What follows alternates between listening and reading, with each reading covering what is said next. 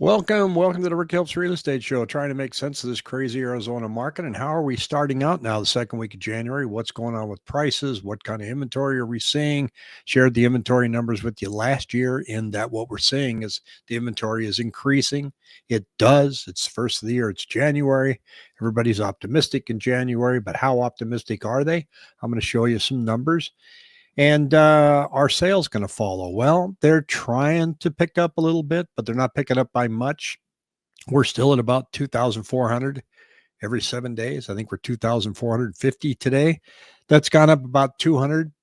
Not enough. It's not enough to catch the 3,000 new listings that have showed up. So it's going to put some pricing pressure out there. But, there's accusations of greed, seller greed, and everything. I hear it all the time. But what I like to point out is there's 2 to 3 different types of sellers. There's the have to, death, divorce, or relocation. There's the want to, well, I want to sell my house. I want to get something else. And then there's the I might try.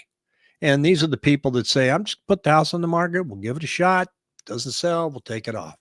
Started the year out on January 1st with the highest number of expired listings I've ever seen in my life.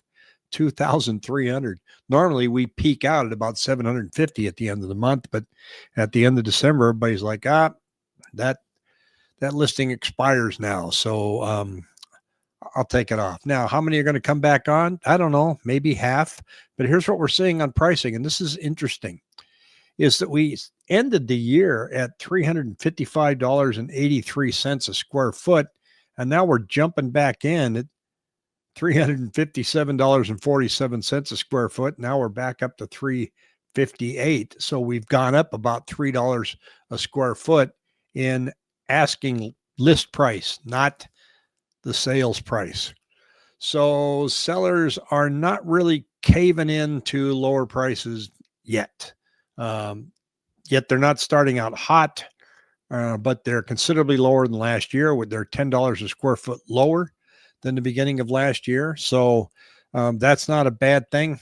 But right here, you can see that in the first week of January, when the people that did already have their homes listed came back out right out of the gate, first week of the year, and cut their prices.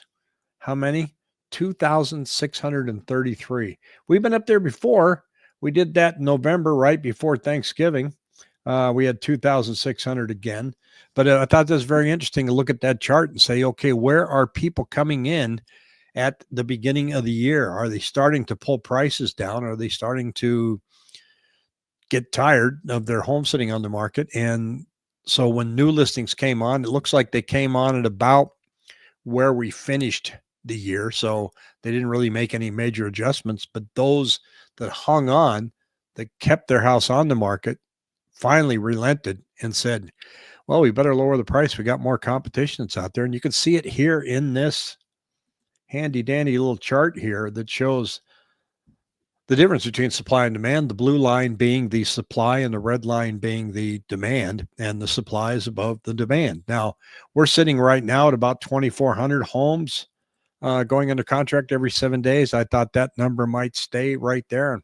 I'm tracking it. We'll see what happens. But, and this is the culprit right here. Interest rates are 7.26%. Now, what's going to make buyers get back out there? Well, something's got to change. There has to be something changed that says, okay, I'm now going to buy. For a buyer, it can be a big job promotion. Okay, this really going to help me a lot. The cost of purchasing has to come down. It has to come down either with the lower home price or financing. And right now, financing is sticking it to you pretty hard. And sellers are being very cooperative when it comes to seller paid concessions. 51% of the homes that are out there, and this is for the month of December. In January, this is going to be even higher, I predict.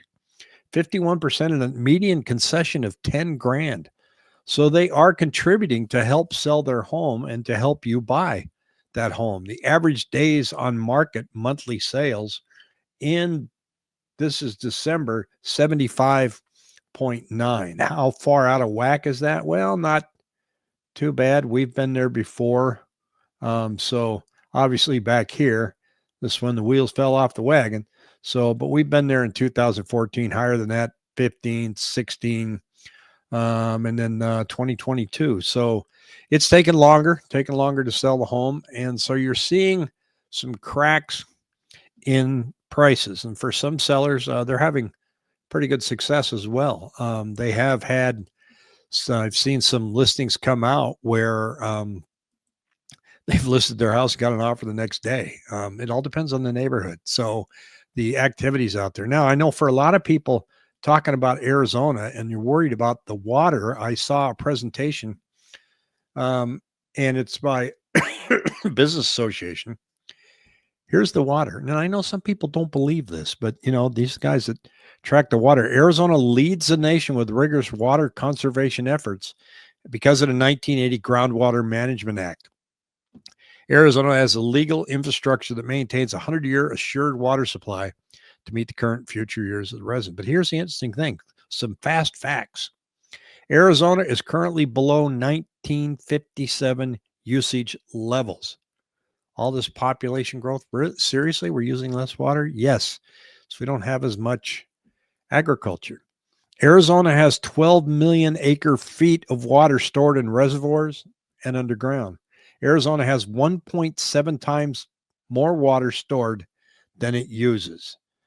We are also far less reliant on the Colorado River than competitive markets. Nevada, 90%, Southern California, 60, Colorado, 30 to 40, we're 36. And a lot of our companies that, you know, everybody says they're really using a lot of water. Well, not really. Intel partnered with the city of Chandler on construction of reclaimed water interconnect facility to treat 10 million gallons daily and has a net water positive goal by 2030. Right now, they borrow the water and they give it back to the city cleaner than when they got it. Now, the new Taiwan chip plant, yes, it needs water, and they are building, they're planning an on-site industrial water reclamation plant, which will achieve near zero discharge. So they won't be using water. They'll be borrowing it yet again. So they won't be sucking all the water out of our aquifers. Palo Verde, the power plant out there, uses 100% wastewater and is evaluating dry cooling. So there's still some ongoing conservation efforts out there, which is good to see. You have to show that you have a 100-year supply of water if you're going to build somewhere. These developers have to show up with that. If they don't get the permits. Now, they never used to do that. That's how you ended up with cities out there like Rio Verde that had to have their water trucked in, and the city of Scottsdale put a stop to that for a while. They had to find a solution because when you truck the water in, they're not reclaiming it. You know, the water you use in the city goes back into the sewer system, gets cleaned, and ends up back out. A lot of water that you see in golf courses is water that you would not want to drink. It's affluent water. So they're, especially if you go down to Ocotillo, you see all those lakes. Those lakes are part of the water treatment system. Used to laugh when I lived out there, you know. Yes, you can catch fish there, but some of them have 3 eyes. The water's not something that you would want to pour in your glass of drinking water. So let's continue to watch these numbers and see what happens. Do me a favor, punch that like button. Take care, everybody.